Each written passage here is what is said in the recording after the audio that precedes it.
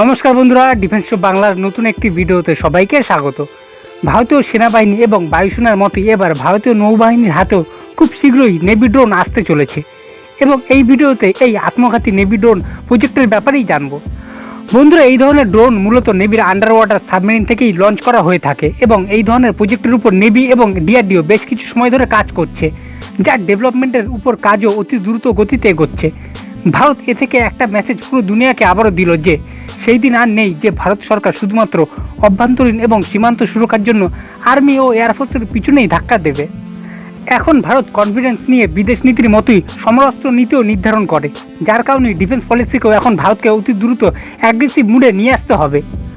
বন্ধুরা, হিন্দ মহাসাগরের সুরক্ষা সহ অন্য মহাসাগরও গ্র্যান্ড এন্ট্রি মেরে অপারেশন করার সক্ষমতা ইন্ডিয়ান নেভির থাকা দরকার, যে জিনিসটি পূর্ববর্তী নাকরা গভর্নমেন্ট পশ্চিমা দালালির কারণে বুঝেও চোখ বন্ধ করেছিল।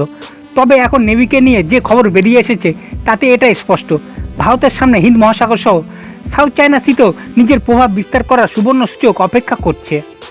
আসলে বন্ধুরা, এই প্রজেক্টের আন্ডারে দু প্রকারের ড্রোনের নির্মাণ করা হবে।